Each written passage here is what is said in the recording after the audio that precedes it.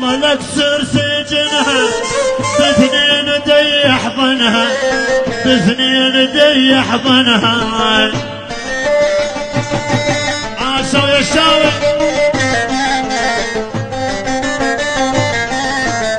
والله لكسر سجنها باثنين دي يحضنها باثنين دي يحضنها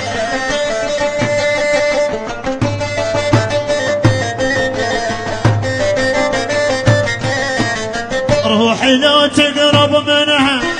تحيا لو كانت ميتة تحيا لو كانت ميتة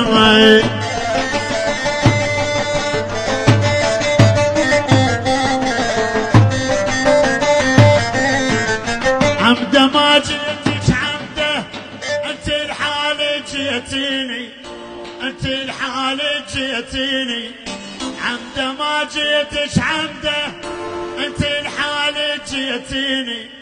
انت الحالة جيتيني الله يقطع نصيبك يا القاطع لي نصيبي يا القاطع لي نصيبي